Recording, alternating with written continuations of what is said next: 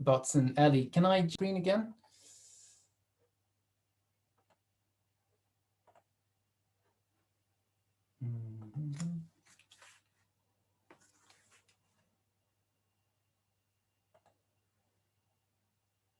Am I resume slideshow? There we are.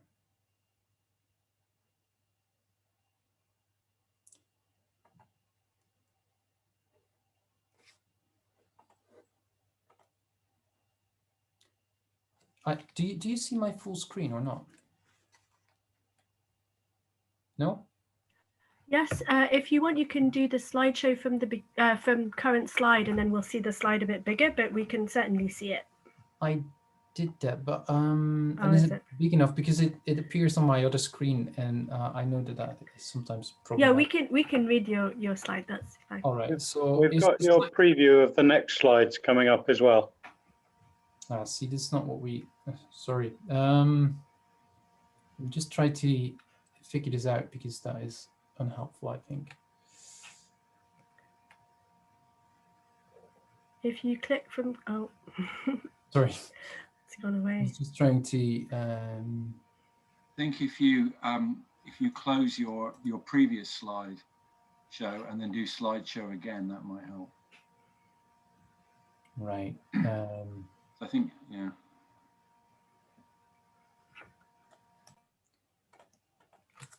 If I share like this, does this work or not? I can certainly see that. It's quite small, but I can see it. Yeah, that's the problem with that screen. I'm sorry, folks. Don't worry. How do I close this slideshow?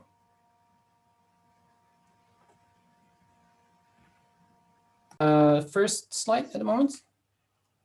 And now the hands. Yeah. Okay. Sorry. Okay, let's move on then. And is there this zoom? Sorry, who said that? There was this option of zooming in, maybe? Yeah, you can. I'm not sure if it helps that much, but if there is a view options at the top of the screen, and that there is a zoom ratio there, right. But it might only mean the whole some of it goes out of your window. So people can experiment with that, but I think it's probably best if we just move on. Yeah. All right. Good. All right. Sorry, folks. Ableism and the cult of normalcy. That's where we were. Yeah. So first I want to talk with you about the concept of ableism. Was that mentioned in your lecture, Ellie, this morning as well? No. Okay, good. So ableism, probably some of you will have heard of it, maybe all of you, and the cult of normalcy. And when I'm going to discuss it, you will immediately recognize what I'm saying, probably. Let me read a little bit from a book, Injustice and Care of Souls. And here's a chapter. It's an edited collection of chapters. And here's what Carolyn Thompson writes on ableism. Her chapter is on ableism. Ableism names a subtle and pervasive bias that assumes non-disabled people with no physical, sensory, or mental impairments, are normal, quote unquote, and that people with disabilities represent an undesirable deviation from this norm. The disability is seen as a personal dilemma to be privately endured, and we have placed the responsibility to adapt on the individual with the disability. The person's flaws are to be hidden or overcome or fixed. We have let a biblical emphasis on healing become a fixation on cure, so that the medical diagnosis becomes the defining factor. And the person with a disability is always the patient in need of corrective treatment. This approach usually translates into trying to make people with disabilities look and functions like the majority, regardless of the cost, in terms of time, money, medical procedures, or pain that they must endure. So ableism is this particular way of seeing people and looking at people that denies their full humanity or human dignity, and that dignity is something that they need to gain by adapting to what is normal. Okay? So that results, obviously, or inevitably, in a kind of oppression. So this ableism is a form of oppression. It is a cultural imperialism. It's a marginalization of people. It's making people with disabilities powerless. It's exploiting them very often. And there is often violence. If you read this, it's horrible to read the history of autism or disabilities in general with electroshock therapies, and that are just hurtful and painful and don't help at all, and all of that. So there's violence as well as a result of that ableism. Let me try to explain ableism further with the next quote. And here we are going to use religious language. So ableism is a form of idolatry, Jamie Clark Souls says, and she's actually quoting Amos Yong. Amos Yong is quite a well-known theologian who's also written on disability. And but it's not clear from the text that she's quoting him, but actually it's a direct quote from Amos Yong. So she writes, what is more idolatrous than ableism? Just as racism is a set of cultural attitudes and social political structures that privilege the dominant race over ethnic minorities, and just as sexism is a similar set of cultural presuppositions and social political structures that perpetuate male domination over women, so ableism names discriminatory attitudes, negative stereotypes, and social, political, and economic structures and institutions that together function to exclude people with disabilities from full participation of society. Ableism thus identifies the normate bigotry, evaluative chauvinism, and structural injustice that people with disabilities have to endure at the hands of the dominant, read non-disabled culture. That's a mouthful. So what she's saying, what Jamie Clark Souls is saying is you have racism, you have sexism and ableism, and they are on a par. It's the same dynamic time and again of a dominant culture that imposes their values, their ways of doing, their structures on a group of people that somehow don't belong for whatever reason, because of the color of their skin, because of their gender, because of their sexual preference, because of their disabilities, whatever it is, right? And so you have this, and that's the ableism, and that's idolatry, just as racism is idolatry, right? So that's the argument here. Ableism is just like sexism and racism, a form of idolatry. And that at once also makes it clear why it's important that we discuss ableism, and it will become more clear why I start with ableism, because it's really important to get our head around this. Tom Reynolds is a well-known disability scholar, has written a beautiful book, Vulnerable Communion. Ian writes about his son who's autistic, and that's in the background, well, sometimes even explicit in the book. But he writes, he wants to write about disability more generally, but his autistic son is very much inspiring his book.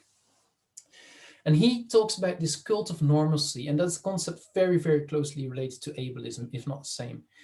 But in order to understand that cult of normalcy, as he calls it, we need to understand the economy of exchange. Now, what's the economy of exchange? That is a framework that, now I quote Tom Reynolds, regulates and reinforces the perceptions of what qualities are worthy and unworthy, acceptable and unacceptable. In other words, what I just said with ableism, we as a society, we as a cultural group, we determine what is worthy and what has worth and what has value, and what is unworthy, what has no worth, what has no value, right?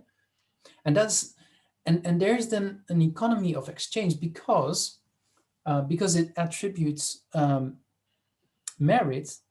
It enables us to purchase recognition by others. If you have something of value, you can purchase it, right? And so we get this economy. So it's enabling us to purchase recognition by others. An economy of exchange has the power to govern what becomes appropriate and desirable. And by this, it creates the fabric of what's considered commonplace, typical, and generally expected by a group. In other words, in a group, we determine what is normal and what is not normal. And if you want to be normal, if you want to belong to the group, you need to purchase, as it were, that value, right? And of course, people on the margins very often can't purchase that because they lack particular social capital, as he calls that. So the currency of an economy of exchange is social or body capital, right? In other words, let me make this very concrete. If you're a good-looking, intelligent, smart, and a little bit extrovert, you have a much easier life in this world, in our society, right? Do you recognize this? This is exactly what Tom is talking about here. That's exactly what he's talking about.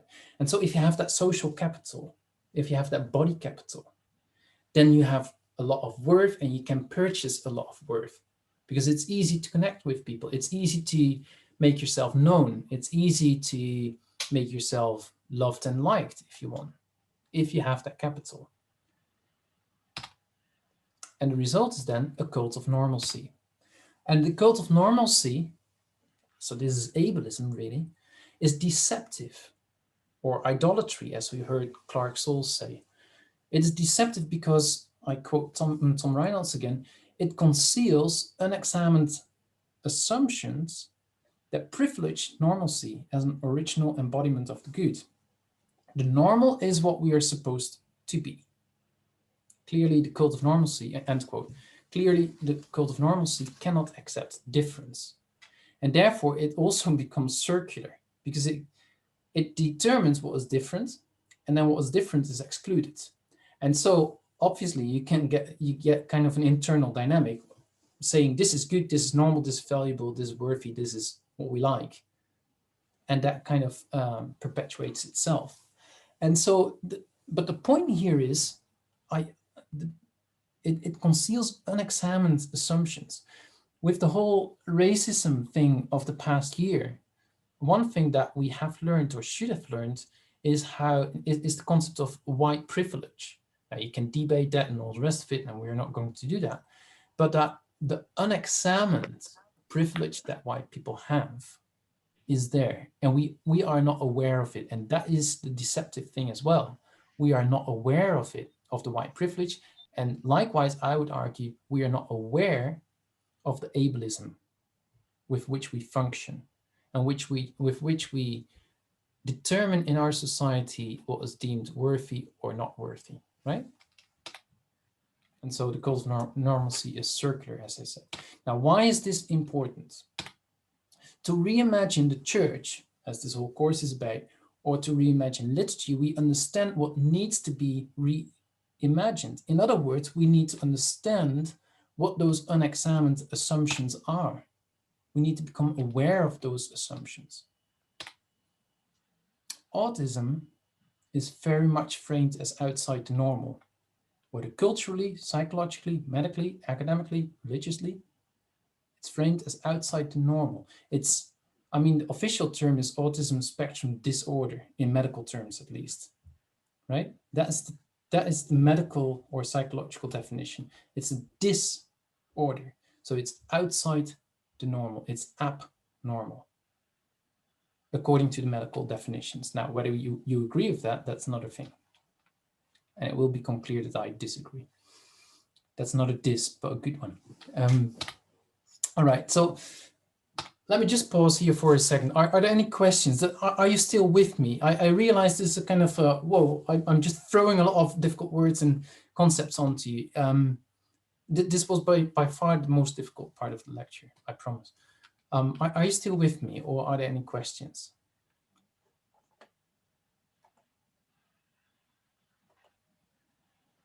You're all happy? People seem to be nodding, Leon, I think. All right. Yeah, I can see Okay. only 4 people at a time. So, Yeah. Judy, I see you have your hand raised. Yeah, I'm challenged by the fact that the medical profession, who hold huge sway in society about the way that we describe and relate to people, treat autism as a disorder, and how difficult it is then to change the rhetoric. Yeah, and it's very difficult to change the rhetoric, but we are going to look at some examples that actually do. So there's hope. But one of the things that I would say as Christians, as theologians, that we need to do is to look at those kind of medical discourse and see what they're doing. And as you're absolutely right, they hold sway.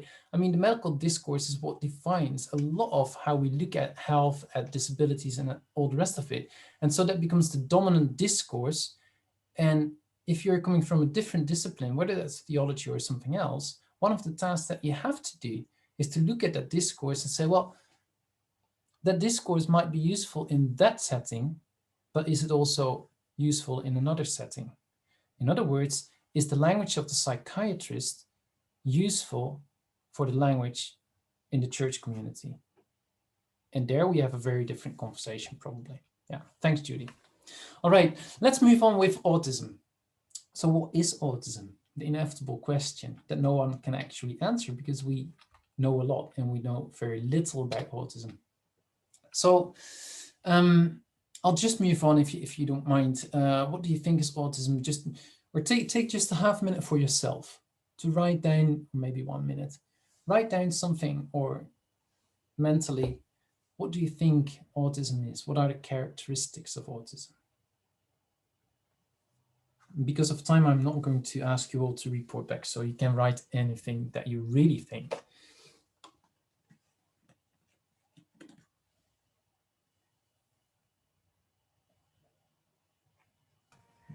Leon, I wonder whether you've zoomed in on your screen. I think on our screens, everything is suddenly very zoomed in, or is that just me?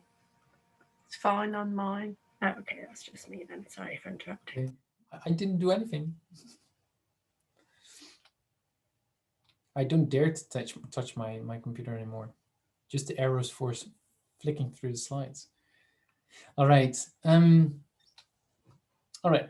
Just look at your own definition as we move to the next slides and the next part of this lecture, and see whether what you think autism is fits with what I'm going to argue autism is, or rather is not. But first, the perception in English churches is really interesting. There's an article written by Christia Waldock and Rachel Forrester Jones, really by Christia, because Rachel is her supervisor. And she did a qualitative research asking people, interviewing people in Southeast England about people in churches, what they thought autism was. And the result was a very mixed bag. But worryingly, people seemed to know quite little about autism. And what they knew was largely experiential. Now, the experiential knowledge is very important, but there is also the danger of ableism. Christia didn't say that that's my interpretation of that, because if ableism, as I argued, is something that rests on unexamined assumptions, then what we think of autism is also unexamined, maybe, right? And so there might be a lot of assumptions, like the medical discourse that is so dominant, that might influence what we think of autism. So there is always the danger of ableism. Not a good reason to acquaint ourselves a little bit more with what autism is. And Christia also discovered diversity of theological understandings. Some would argue that autism is something that needs to be healed or cured, or something I really dislike and disagree with, just to be clear. And others were, yeah, it's just fine, or quite subtle things. Here's a quote from an interview. I wonder what you think about this. So here's Shelby, probably a fictitious name, most certainly, I mean. And Shelby told Christia, it's their church as much as our church. It's their church. So the autistic people, it's their church. This is their place of worship. They have every right to come into church and worship. And I think we should open the doors to them. Now, at first sight, this might sound really good. And when I read it first time, I was like, oh yeah. But then when you think about it, this is highly problematic. But I wouldn't be surprised if a lot of people think like Shelby, maybe even in this room, but you don't have to tell me. Because what Christia Waldock then comments, Shelby demonstrates how we, the church should still be open to autistic people, almost as though autistic people were outsiders of the congregation rather than inherently part of it. You see, that is what was going on that level of discourse. It's there. So it sounds really nice. It sounds very open, but actually underlying this quote is an us versus them. It is an ableist comment, creating this two groups, the in group and the out group. And the autistic people are inevitably out group, right? So we need to do some work here. What's autism? And first, I think we need to do some deconstruction before we can move into reconstruction. So a bit of history. I'm not going into the history. It's fascinating to read, by the way. There are lots of good books recently, like in the 2010s, there are a number of books have come out on the history of autism. Just very briefly, usually the term is ascribed to Leo Kanner and Hans Asperger. Leo Kanner, 1943 in the States, and Hans Asperger in Vienna, in Austria in 1944.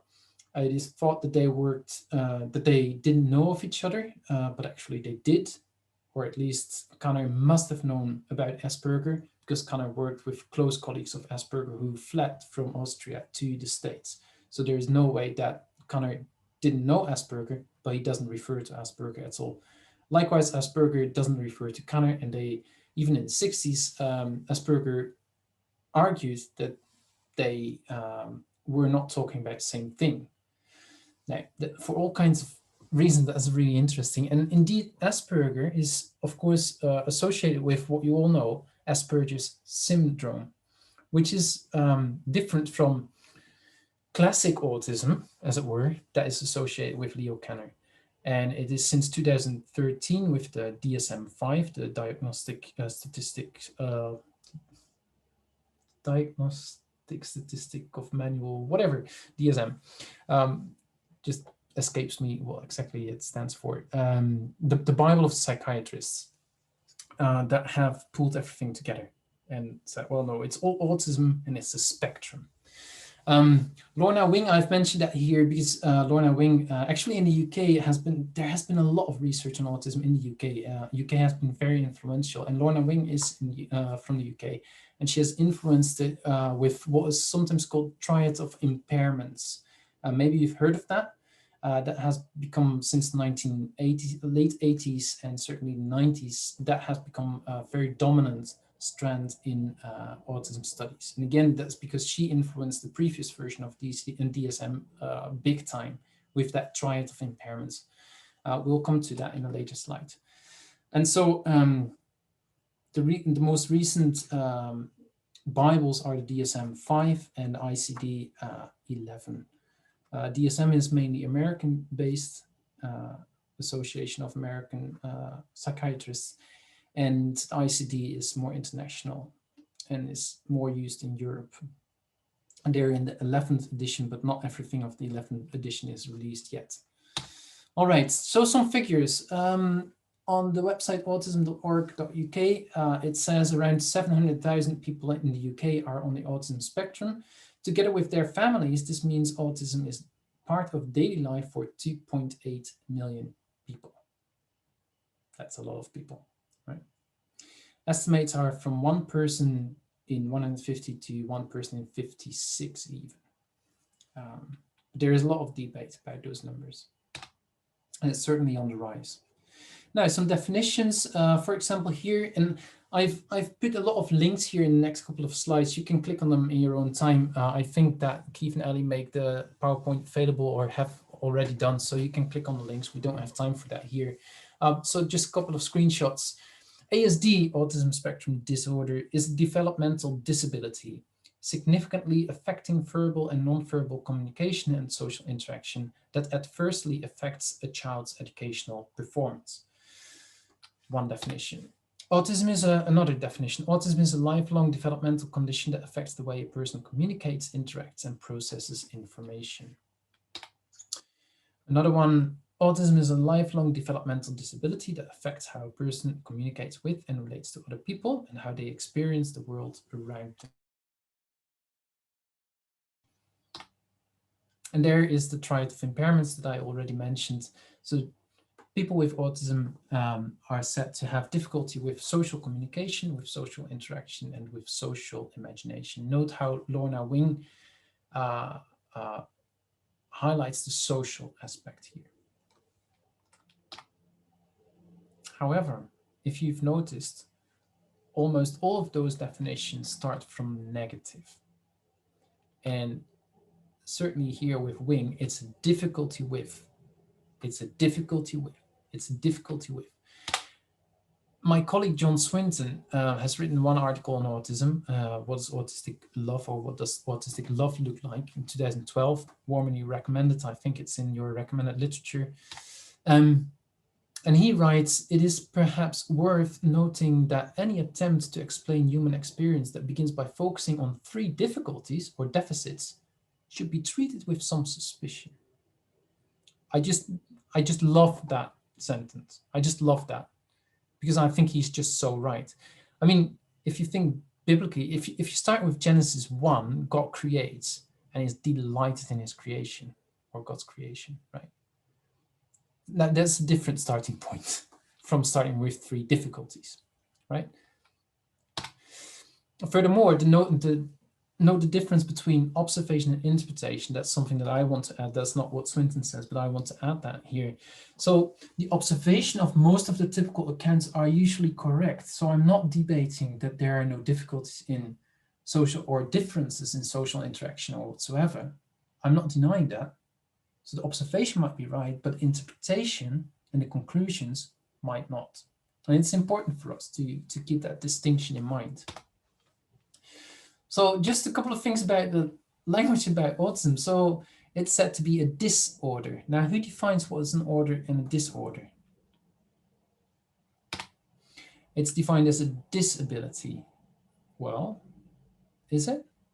Questionable, because there are a lot of abilities as well, but we come to the reconstruction in a moment.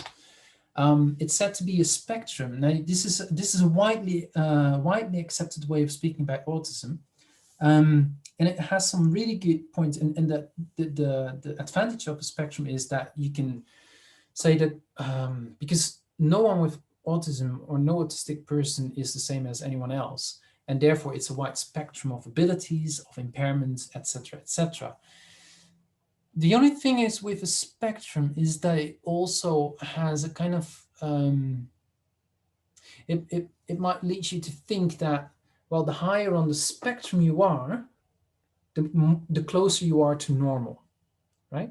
And that is the danger with the spectrum language. You're almost normal. Oh, he is really high functioning. That's another one. High functioning, low functioning. And I know some of you used it, so I'll try to talk respectfully here, but I really don't like the language, I will tell you. And I have my reasons for it. Because what is high functioning and what is low functioning? What we normally mean by that is high functioning is people who are very verbal, you can talk very well, you are intellectual, like have intellectual capacities, and a lot of them are probably even having a high IQ. That is not unusual with Asperger's people. Very often they are highly intelligent. And so all of that is high functioning. But here's a funny story about a professor. I don't know this professor. I've heard it from someone else, but it is a real story. A professor, he was really excellent in his work and all the rest of it. But when his bakery closed for 2 weeks, where he went every morning to get his bread, he was absolutely lost. Now, is this person high functioning? I'm not so sure whether he is high functioning. Maybe in his work, but certainly not when it comes to buying bread for his daily living. He's not high functioning. I've said in one of the lectures here in Aberdeen, and I'm debating with myself whether I still stand by it, but I've said on one occasion, there is nothing high functioning about a meltdown, right? And so-called high functioning people with autism or autistic people do also have meltdowns. Tell me what is high functioning about a meltdown. Now, I'm debating with myself because I also have come to realize that also a meltdown is a form of communication, right? And so through the meltdown, that person tries to say something for which that person at that point has no words in the usual way of thinking or of our understanding of words. So I'm not entirely sure whether I still stand by it, but works as a one-liner, doesn't it? So I'm quite, and then on the other side of that kind of high functioning, low functioning binary, there will be low functioning people who are emotionally very intelligent, contrary to some people who are very high functioning, for example. So I don't like the language. Then we have the severe or mild autism. Now, and the same arguments here as for high and low functioning. Empathy, I'm going to skip that one. A literal use of language. That's something that my colleague Grant McCaskill, my fellow co-director of the center, has quite an issue with, because literal use of language is kind of a misnomer. It's better to say there is precise use of language. Literal use of language presumes that autistic people cannot deal with metaphor, for example, which is simply not true. I know a lot of autistic people who are perfectly capable to understand metaphor and use metaphor. So it's simply not true on that practical observational level. So we need to, but what they will be is always very precise in the use of their language. Now that's a slightly different point. Now, this lecture is not about that, so I'm just moving. But there's some of the things that I think it's just useful to be aware of. How do we use our language? And how do we use language to talk about certain people? And might that language actually be oppressive? Might it come from an ableist point of view? Right? And if we listen to autistic people, some of them will use some of this language, but why? Because they have inherited that, probably. But some will really, really push back against this. Good.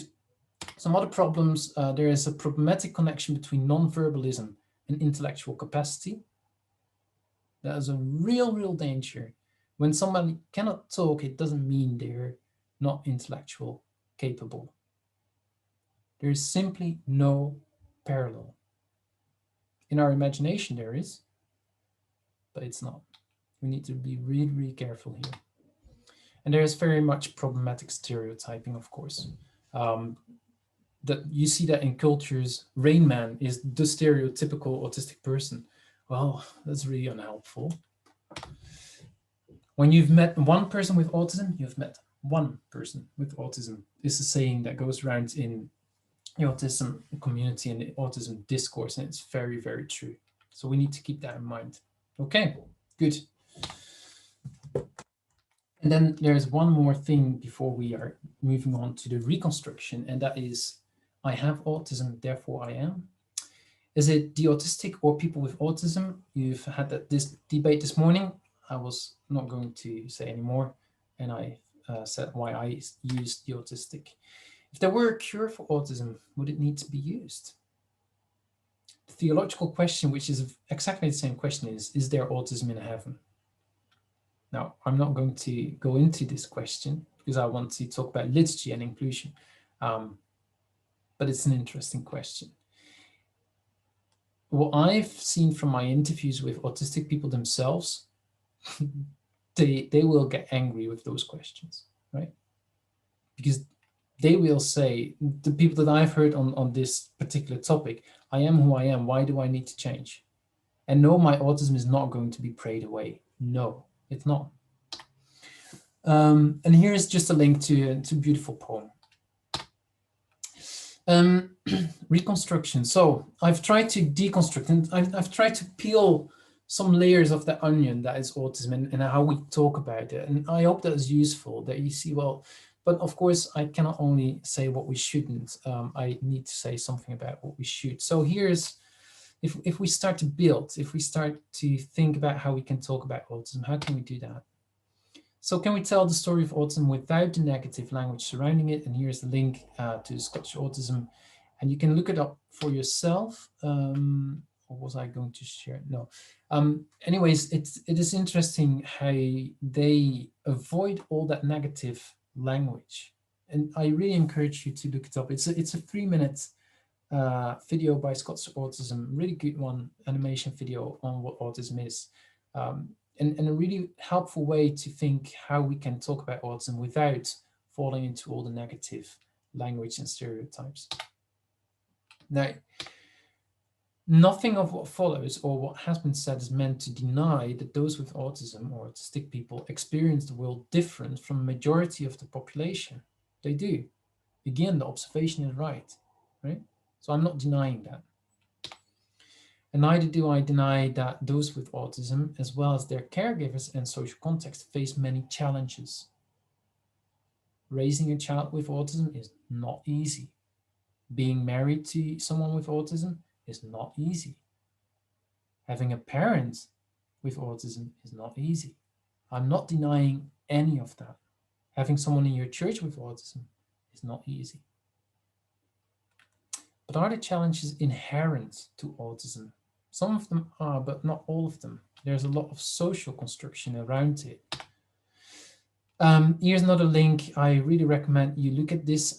This is, you might have seen this in my language. It's an autistic person. In the first 4 minutes, you will see her humming and fidgeting, playing with the water for a minute, all the rest of it.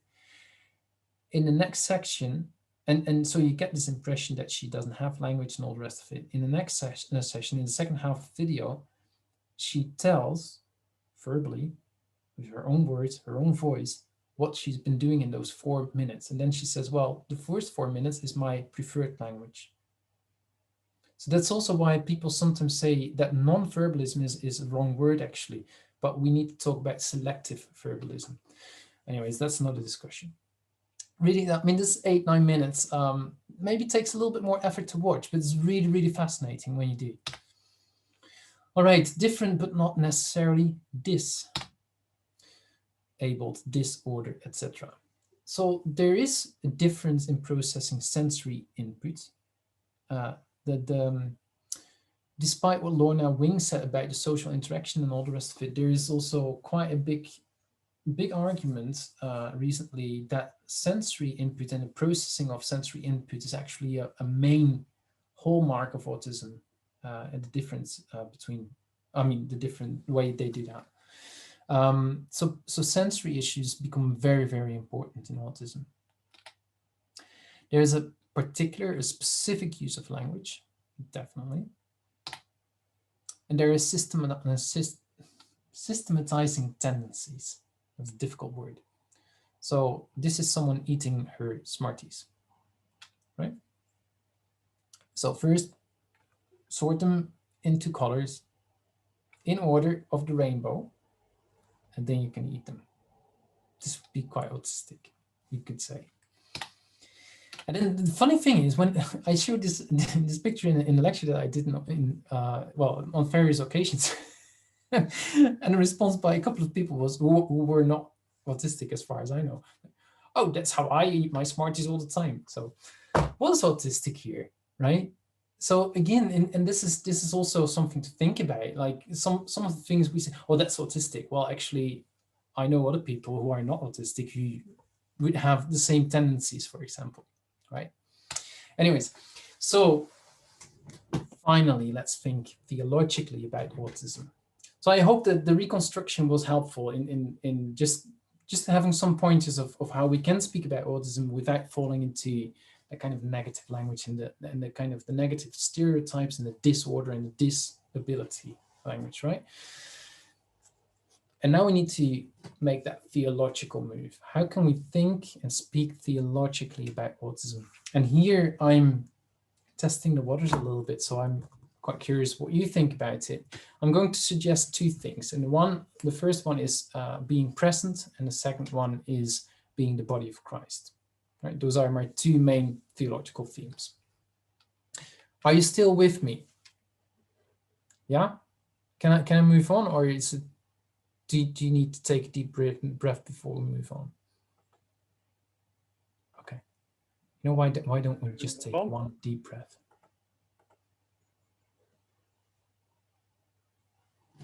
All right, thinking theologically about autism. So first, that theme of presence. And there's a little bit paradox here, because I got that theme from a non-theological book, but I think it's profound and it's theologically profound. So the book is, I've got it here on my bookshelf, so why not show it, is Representing Autism, Culture, Narrative and Fascination by Stuart Murray, a very good book. And what Stuart Murray, is look at films, look at internet blog posts, well, not so many at the time of writing, look at books, look at the cultural tropes around autism and how they present or represent autism. In his introduction, he discusses the picture at the front of the book. So here you see two autistic girls in an institution in, I don't know which decade of the 20th century. And he says, well, it's interesting, if you take this theory, you might see this in the picture. If you take that theory, you might see something else. If you take that theory, you might still say something else. And then his conclusion is, whatever you do and whatever theory you take, one thing remains, and that is the girls are there. And I think that is just so profound. It's so obvious, but it's so profound. The girls are there. They are present, right? So whatever we are going to say about autism, whatever theory, and you can disagree with me and all the rest of it, but this seems to me a really, really good starting point. The girls are there. The autistic people in your congregation are there, if they have not run away already. So we need to start with that presence. And I think that's a deeply theological theme. Tom Reynolds would say, autistic people are loved into being by God. That's a phrase that he used a couple of times, a lovely phrase. They are loved into being. They are present because God made them present, right? God created them. And God said of his creation, this is good. He's excited about it. God's excited about God's creation. And they are given by God to the community. And so the conclusion is that the community values or should value their presence and also their gifts. And their presence itself is a gift, of course. And so when we start talking about inclusive church and inclusive community, we start from the same starting point. No one is better than another. An autistic person is not better than a non-autistic person, nor is a non-autistic person better than an autistic person, right? So we start from presence. We are all present and we are all on the same level. That's where we start. And so no one's way of worshiping or liturgy is de facto or in itself better than another. And again, what you see is I'm trying to kind of peel off a couple of layers that we might have accrued over the years when it comes to liturgy and worship. But this is the same starting point. And so the presence of both of us calls for a relationship. So when we are together in this community, then we are given to each other, and inevitably there is some kind of relationship. And then we can deny the presence of the other and cut off the relationship, or do what we should do, and that is enter into the relationship. And so Tom Reynolds, again, he calls this the moral fabric of love, which is characterized by respect for the other, by fidelity to the other, and compassion for the other. Now, compassion is not charity or pity. He makes it very clear, and rightly so. We should avoid the charity model. Oh, the poor autistic person, let's have mercy on them. No, that's not what we are talking about. Maybe you talked about this with Ellie this morning. I don't know. No charity or no pity. That's not what we are asking for. But a full member of the body of Christ. Just as you are a full member of the body of Christ. And you're given to each other. And so you respect each other. You are faithful to each other, to that relationship as children of God. And you have compassion, as in, compassion literally means co-suffering, suffering together. Tom Reynolds calls that the suffering of the presence of the other, but that goes too far for here now. But So that is the relationship, okay? So presence as the starting point. Now, the body of Christ. I need to take a sip of water, so maybe someone wants to read this passage from 1 Corinthians 12. It's 3 slides. Any volunteers? Just to hear another voice.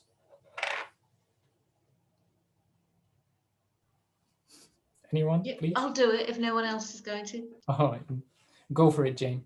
Okay. Just as a body, though one, has many parts, but all its many parts form one body, so it is with Christ. For we were all baptized by one Spirit, so as to form one body, whether Jews or Gentiles, slave or free, and we were all given the one Spirit to drink. Even so, the body is not made up of one part, but of many. Now, if the foot should say, because I am not a hand, I do not belong to the body, it would not for that reason stop being part of the body. And if the ear should say, because I'm not an eye, I do not belong to the body, it would not for that reason stop being part of the body. If the whole body were an eye, where would the sense of hearing be? If the whole body were an ear, where would the sense of smell be? But in fact, God has placed the parts in the body, every one of them, just as he wanted them to be. If they were all one part, where would the body be? As it is, there are many parts, but one body. The eye cannot say to the hand, I don't need you. And the head cannot say to the feet, I don't need you. On the contrary, those parts of the body that seem to be weaker are indispensable. And the parts that we think are less honourable, we treat with special honour. And the parts that are unpresentable are treated with special modesty, while our presentable parts need no special treatment. But God has put the body together, giving greater honour to the parts that lacked it, so that there should be no division in the body, but that its parts should have equal concern for each other. If one part suffers, every part suffers with it. If one part is honoured, every part rejoices with it. Now you are the body of Christ, and each one of you is a part of it. Thank you very much, Jane. I deliberately put this whole chapter or this whole piece on the PowerPoint because in a way I don't have much to add to it. We all know the metaphor, but sometimes it's good to reread the whole metaphor because there's so much here to unpack. Just stay with that very last line. Now you're the body of Christ, and each one of you, including autistic people, is part of it. Right? Now, one word that fascinates me in this chapter is that word indispensable. And this is one of the questions that drives my research because you come into this worship service and there's this autistic child that just jumps up and down, screams the whole time, and you think, really, is he indispensable? I'd rather do without, right? I mean, let's be honest. Have you never felt like that? Let's be honest. So what does it mean to say that boy is indispensable? What does it mean to say that person who really struggles to come to the worship service and makes all kinds of requests for what we call reasonable adjustments? What does that mean that person is actually indispensable to our meeting? That's a fascinating question, isn't it? Don't you think it's fascinating? I think it's fascinating. So why are autistic members indispensable? Well, St. Paul says simply because they are part of the body. Let's start there, right? Let's just start there because simply, I mean, it's almost too simple because the Bible tells us so. No, this is what God gives us through St. Paul. He says, here's this beautiful metaphor that we all like, and well, maybe not all of us, but many people like and love the metaphor in disability literature. It's all over the place. Well, let's start there. Just again, as we start with the presence, this is just a given, right? The autistic person is a given. They are simply part of the body, and whether you know what your little toe does doesn't really matter. It's there, and it's part of the body. And who are you as the hand to say that little toe doesn't belong to the body, right? It's there. And I interviewed, part of my research is Singapore, and I interviewed a church leader there, and he said, well, and who was also a doctor actually, and he said, well, we don't understand our own human physical bodies, let alone the body of Christ. So God, in God's wisdom, has given all these members to the body. And I thought, well, actually, there's something profound in there. So as a doctor, he says, well, we don't understand our human physical bodies. We don't. Now, if we are talking about the body of Christ, taking the metaphor a little bit literal here, maybe, do we really understand that body and how it functions and how it works and why all those parts are given to the body? Well, maybe not. But God, in God's wisdom, has given all these members to the body. From a theological point of view, I can't disagree with the starting point of God. And God, in God's wisdom, has given this to the body.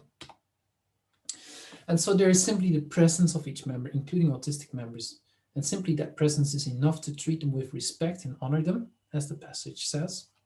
We respect and honor the less honorable part. Well, we give them special honor even, says St. Paul. Now, obviously, he is shifting the cultural perceptions, right? Another reason when I asked this of my UK interviewees, they said, well, or some of them said, autistic people think differently. And very often they think much more logically. And a team simply needs diversity of thinking, experiences, way of seeing and understanding things. And I think that's so, there's a lot of value in diversity. And so, yeah, I'll just stop there. So yeah, a couple of answers to that question of indispensability. Now, liturgy. What is liturgy? We all have our opinions and thoughts. For the sake of time, I'm just going to give you a couple of thoughts here. Fundamental to the liturgy is, well, let me ask you what you saw the answer that I'm going to give, but what do you think is fundamental to liturgy and worship? What's the essence?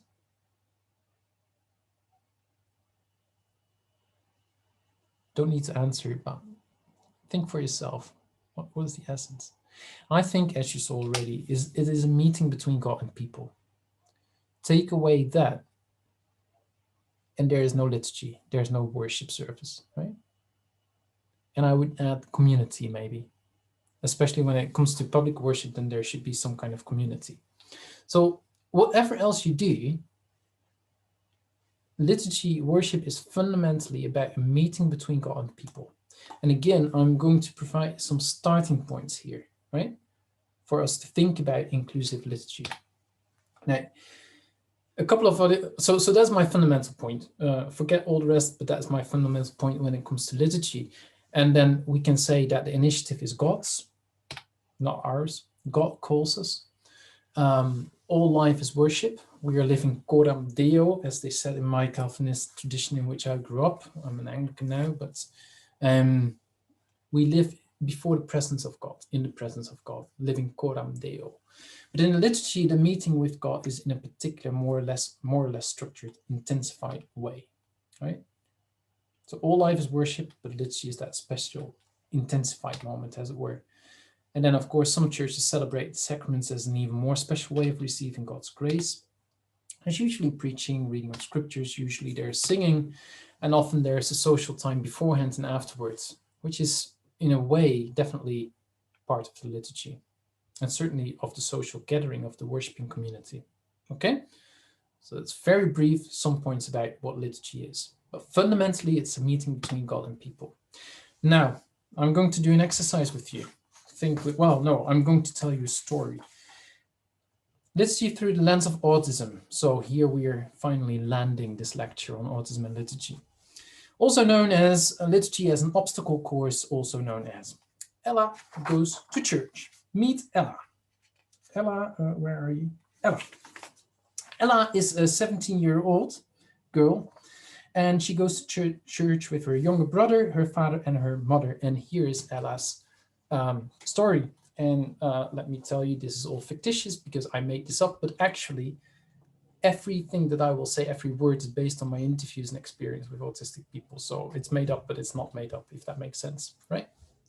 So Ella, it's Sunday morning, insomnia, often a comorbidity with autism, by the way, and comorbidity is of course an ugly word, but so insomnia very often goes with autism.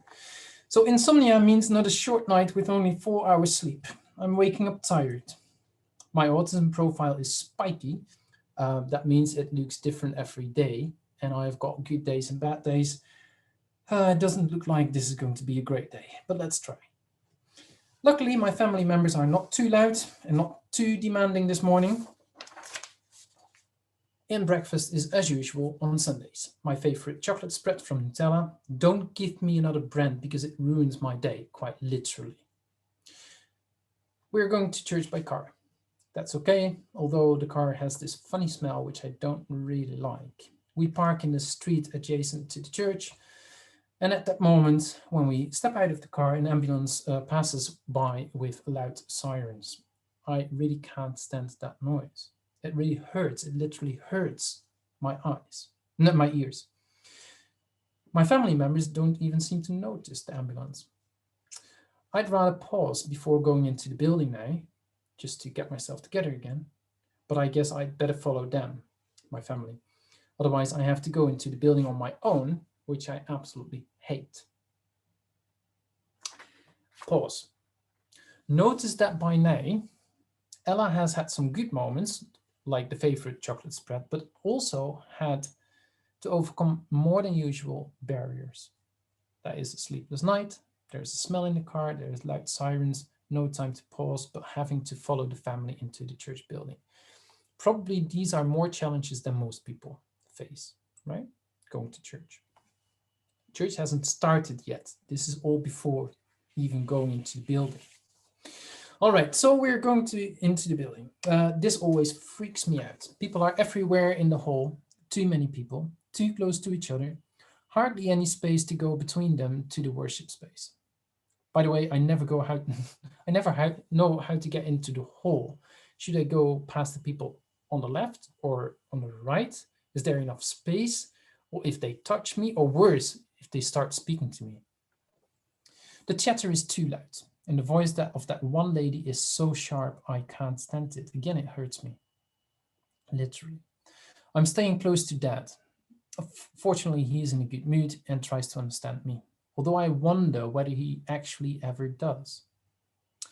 Finally, we get to our places, the same places every week. The man 2 rows in front of us has put on too much deodorant. It's a painful smell in my nose, but I'm not sure whether I will be able to endure it for the full hour. The band's playing. The drummer is Tom, who always wants to drum as loudly as possible. That is really bad, and I'm afraid I'll have to leave at probably the second song.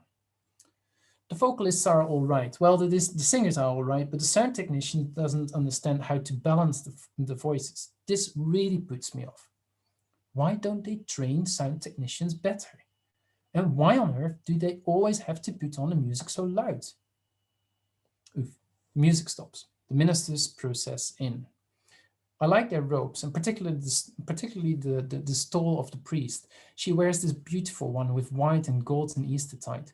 I can just get lost in the patterns on her stole. It distracts me from what she is saying, but it's a nice distraction. All right, I pause again. So notice that the service has barely started, and Ella has already been put off several times by social and sensory aspects of the gathering. It's hard work for Ella to be there. Do you see that?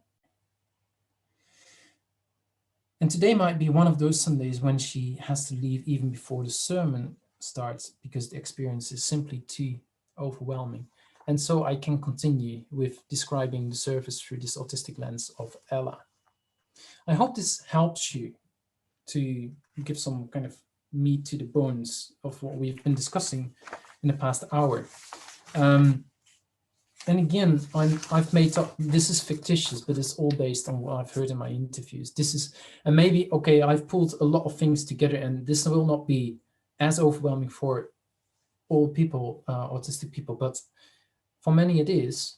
And even if you have to deal with half of the issues that I've highlighted here, That's already a lot, and that's a lot of work. Would you agree? So I hope this will give us just a kind of a gracious attitude. When an autistic person asks for, can the music be put a little bit quieter? That is because otherwise she can't participate in the worship service, right? If they're asking for other lights, not the TL lights, but other lights that are softer, it's not because they want to be funny or just like other lighting. It's because they literally can't stand that brightness, right? Maybe there are adjustments that we can make that are relatively easy to do. And it's maybe you think it's annoying, but actually it's very annoying if you have to deal with all these things that autistic people have to deal with. Okay. So maybe this helps us to be gracious. So thinking theologically, here's an exercise that I was planning, but for the sake of time, I'm going to skip this exercise, but just think about sharing the piece for someone like Ella.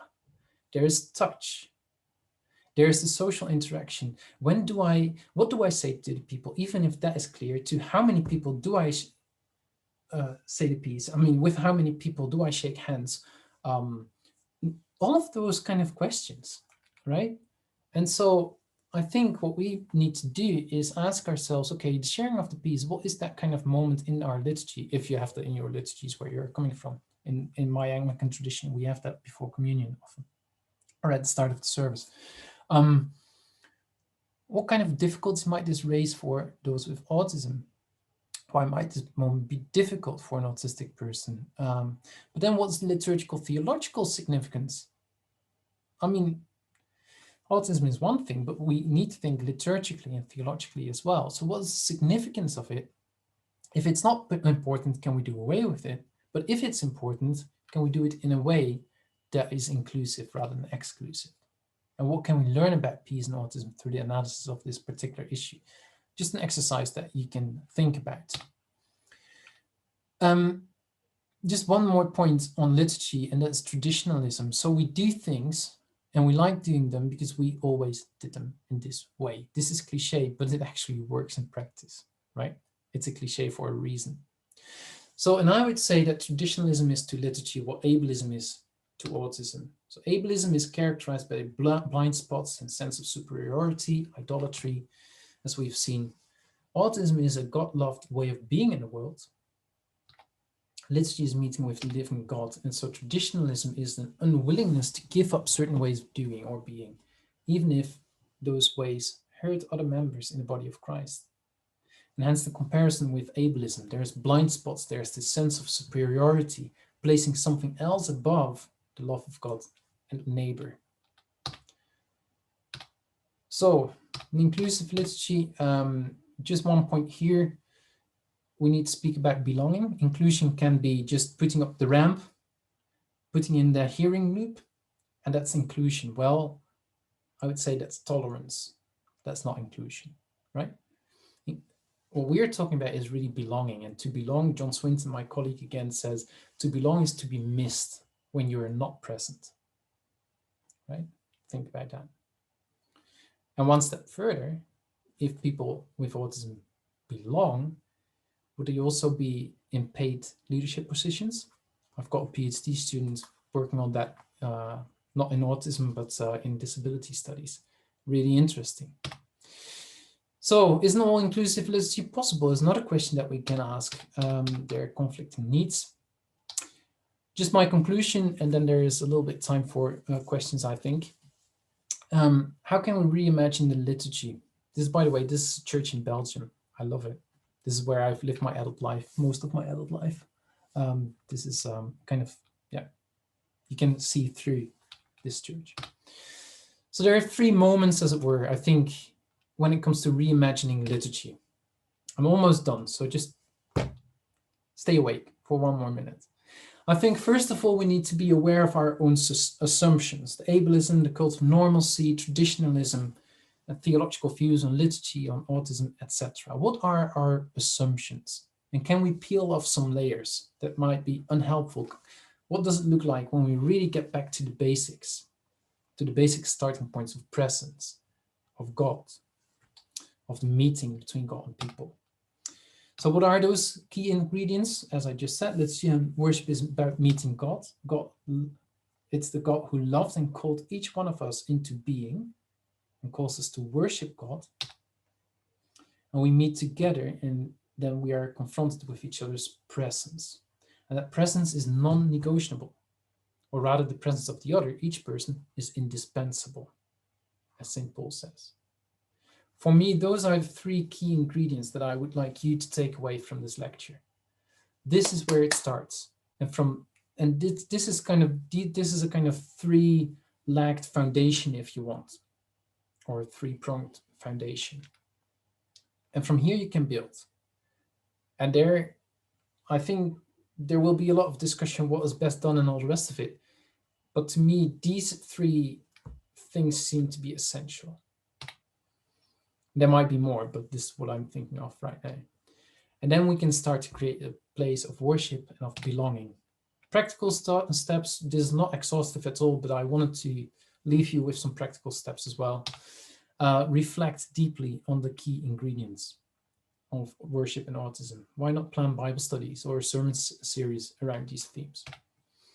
Listen to each person in the congregation, particularly those with specific needs. Listen to the autistic person. Listen if they are too young or cannot speak for themselves. Listen to their parents or caregivers. Listen. Deeply listen.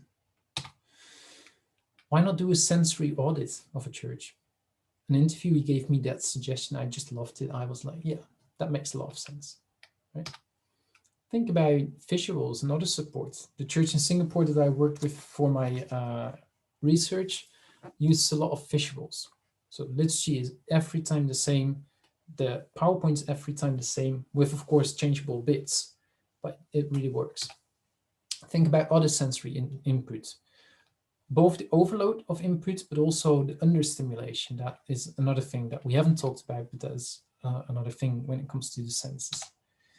On that note, don't be bothered if your person with autism or anyone else is fidgeting. It's not because they are not interested. It's because they probably need that in order to pay attention to you. It might not look like this, but it is definitely the case. Think about the structure and the pattern of the services. Just a couple of practical steps. And now I will shut up and leave some room for questions. If you want to know more about the work of this is my plug. I need to do this, Ali, sorry. If you want to know more about the Center for the Study of Autism and Christian Community, look at our website. Subscribe to our newsletter if you want. We organize webinars every now and then in which we have invited speakers very often, or someone else from our own staff, usually very interesting. They're recorded there on our website on the resources page, so have a look there. If you want to get in touch with me, just email me. There's my email address. And that's it for me, apart from the references and image of sources. And this list of references is slightly different from what is in the course module, I think. But I thought if you have both, then you have even more. So there you go. Thank you very much.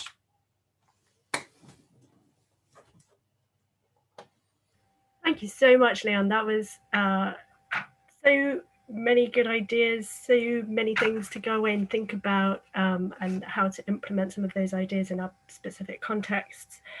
So thank you so much. We have a few minutes. This is our last session for today before the tutorial session. So if you have to leave at 3:30, that's fine. If you want to stay for an extra 5 minutes, just because we might want to, we can just run over by 5 minutes and we don't have an immediate follow-up session. If that's okay with you, Leon, I've just assumed that you can stay for an extra 5 minutes. Yeah, that's fine. All right. Any comments, feedback, or just responses, reactions to what we've been hearing? Jane. Yeah, Jane.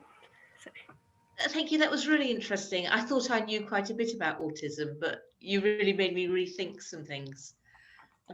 Just coming at this from my teacher perspective, if we put into practice some of those things in the church, I think there would be real benefits for many other people in the congregation as well, not just those with an autistic label on them. So it's definitely worth, I think, doing the sensory audit and some things like that. I think it would have far wider benefits. Yeah, definitely. Thanks for that. I would definitely agree. This is sometimes called the curb effect. So when in the States they first made curbs in the sidewalks or path, then it was, I think, originally for mums with pushchairs, and then they discovered that it was very useful for people in wheelchairs as well, and very many other people. And so that's the curb effect. When we do this for one group of people, many others will benefit. Definitely. Thanks for making that point.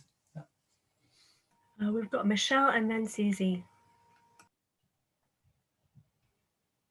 Hi, thank you, Leon. I don't know if I'm just thinking aloud a little bit here, but I think a lot about the fact that birds of a feather like to flock together. And if you made a service that was autistic friendly, for want of better language, just assuming that there are or will be at some point autistic people in the congregation, what about if that then excludes people who want loud, colourful, touching, extrovert services in, and then you're excluding them? That my mind, because I was just thinking about your quote to do with, not your quote, the quote you had about the fact that the minute you say we will be open and welcoming to autistic people, you're automatically assuming that they're not, you're automatically putting them on the outside of your congregation, not on the inside. But if you then had a church that was already geared up, then it would exclude a different type of person. I don't know. Have you thought about that in any way? I have. Thanks. That's an excellent question. The problem is that I can hardly give an answer to that, like not a satisfying answer, because this is exactly going to be true. Because even two autistic people can have conflicting needs. Yeah. So I already hinted at the understimulation. So some people really need that loud drums. Yeah. And others will be put off by it. I've discussed this with a couple of people, autistic people who I interviewed or met in other ways, and it is a question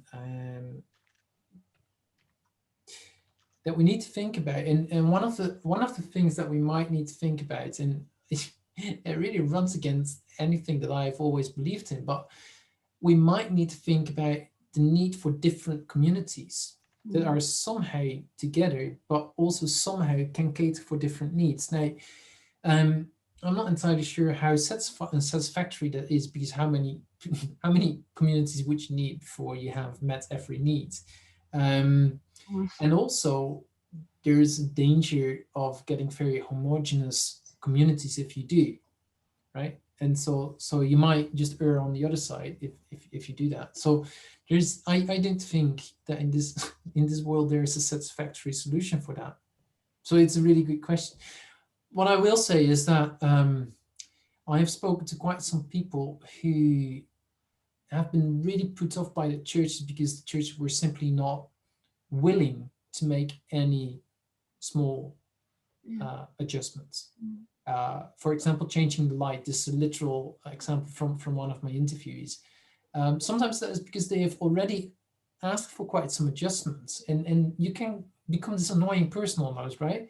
But actually their needs also shift and change.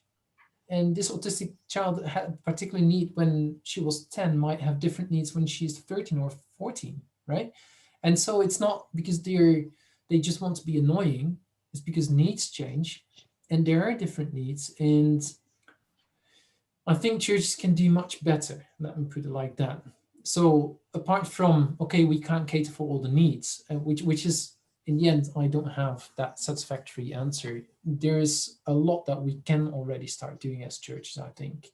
So as you were talking, my own mind made a differentiation between need and preference.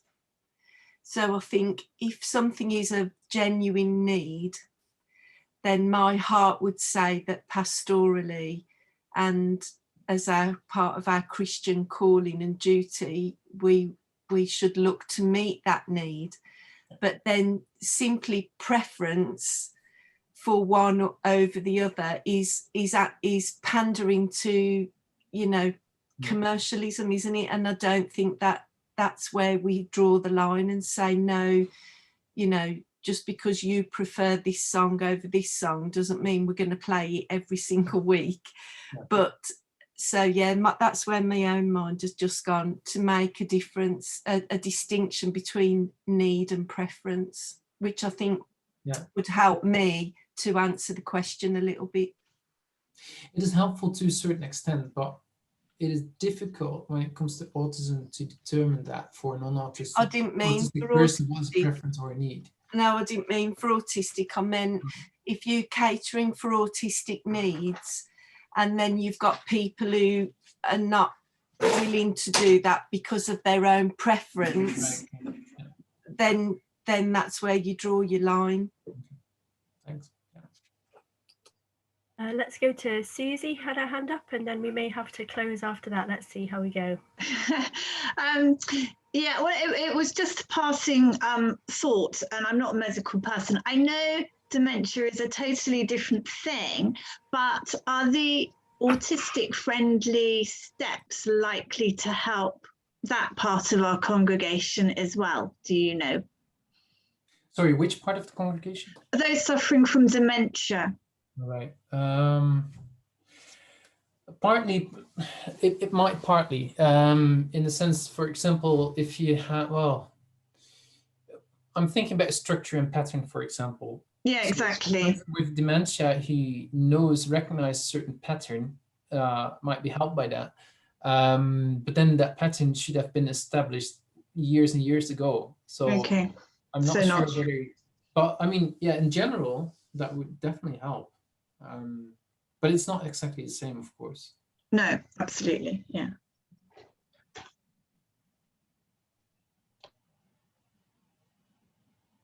You're muted, Ellie. Time for one more question, as that was short and snappy from Susie. Do we have any final thoughts? Just a final, Yeah, Paul? just a final thought. Just this idea of how do you accommodate and all those things. I'm just working on an experience that I had another part of the world where I was, you know, in charge of a congregation 400 or 500, and people from 20 different parts of the world. And one of the things that we did was to introduce this idea of cultural ambassadors. So everyone was together on one level, but on another situation, people wanted to get together from the part of the world that they came from. And so I think there's different ways in which we can talk about this in terms of culture in a bigger perspective. And so it's giving space for people to come together where they feel themselves, but at the same time, coming together with other people where it's bigger and it's not going to flow like that way. It's about both, really. And, you know, it's big and small. And we need to, you know, anyway, I think you get the what I'm thinking is, or another in a church setting, it's like the idea of giving people a cathedral experience, which is big, and then something smaller, which is again different culturally. And that might be a way of actually addressing some of this stuff. Mm-hmm. Thanks. Great. Well, thank you everyone for your attention and your participation. And thanks again to our speaker, Leon. This has been a very, very helpful session. So thank you very much.